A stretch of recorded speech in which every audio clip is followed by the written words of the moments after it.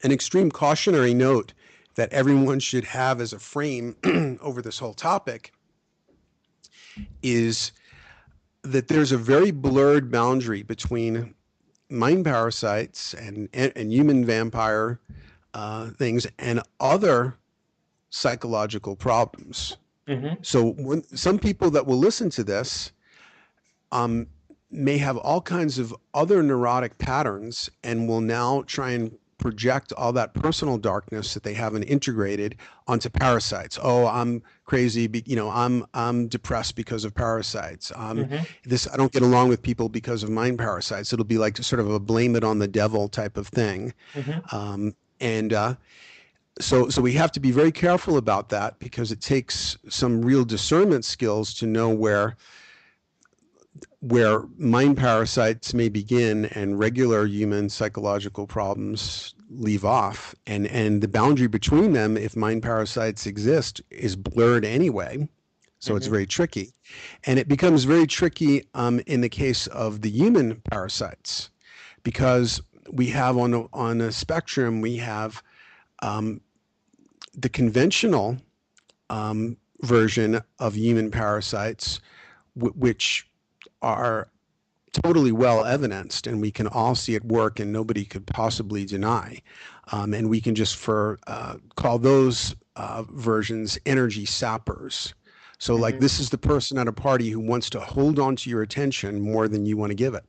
And basically any, like for example, a drama queen is an example, a variant of an energy sapper. It's somebody who tries to pull you into the vortex of their dramas and their soap opera. And basically, they're trying to capture your attention. And the price for that is that you feel exhausted and you're distracted from other things.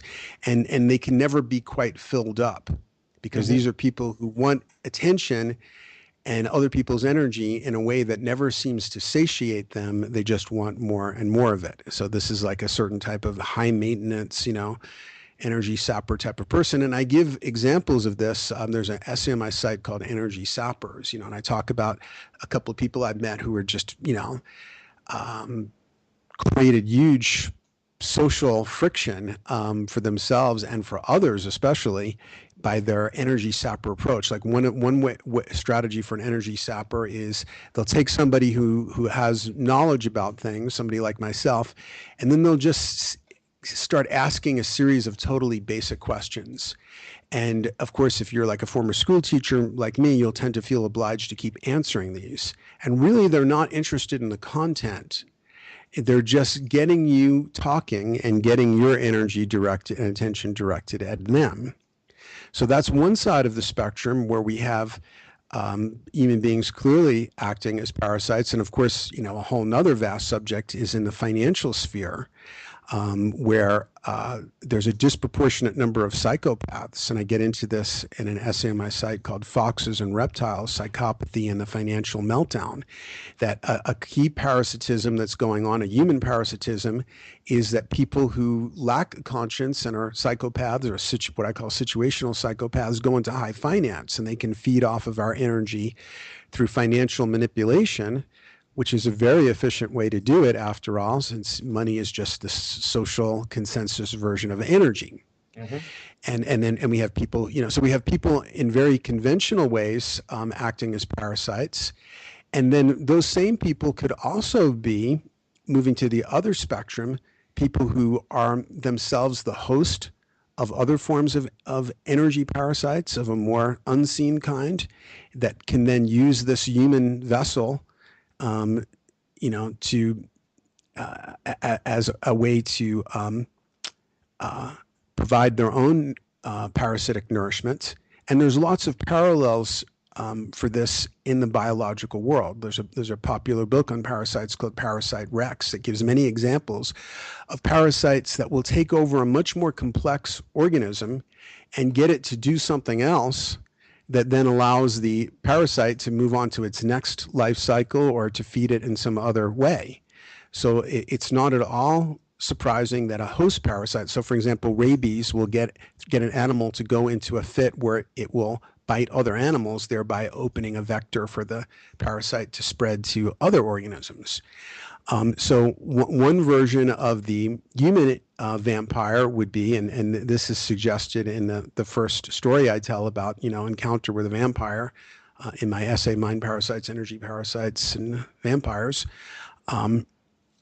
where a hidden parasite seems to manipulate a human host to make them into a vampire to serve the hidden parasite's purposes. Or it can be that in other ways, a person has made themselves into or has been born a parasite. So there's a very thoughtful woman. She wrote a book called A Vampire's Codex.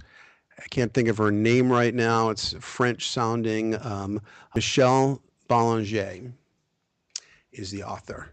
And she wrote a book called The Psychic Vampire Codex, a Manual of Magic and Energy Work. And so she tries to be an ethical vampire. And she's not a vampire that feeds off of blood, but she feeds off of other people's energy. And she just feels like she has some sort of human bioenergetic anemia, so to speak. And that without other people's energy, she becomes ill. And so she finds partners who are where it's completely consensual, people who may have excess energy that makes them hyper or something, and who allow her to feed off of that energy, according to her, and that this is healthy for both. So this is another kind of mid-range position where a person has a condition. Now, of course, we could also say the condition is the human condition, because we're all social mammals, and none of us would thrive or be healthy unless we were feeding off of other people's energy, after all. I need attention. I'm a narcissistic personality, and I seem to want other people's energy, but I also try and give energy back, so it's hopefully symbiotic and not parasitic. But we all need it, just like, they've discovered that babies that are not picked up and given tactile contact and given human energy, basically, but who are otherwise cared for with formula and whatever at hospitals where they're taking care of orphan babies and so forth, that those babies will just die. We need human energy to exist. So, but the claim is by Michelle Boulanger and some other people that they are more needy in this way and in some pure bioenergetic way, and where there's a kind of a sexual component to it, where they need to feed off of other people's energy to be healthy in a way that's more than the usual case. I wrote about some of this in my piece on Alex Gray. It's also on Reality Sandwich, and because I kind of gave him some shit for his painting of Adi Da, worshiping him as an avatar, when the guy was, and I think he did have real spiritual power, but he was also an incredible vampire who fed off and a sexual predator and serial rapist, according to testimony and so forth. And this is very common with gurus who are supposed to be so spiritually advanced, but then you look at what they're actually doing, and you find out that they're like preying on their disciples.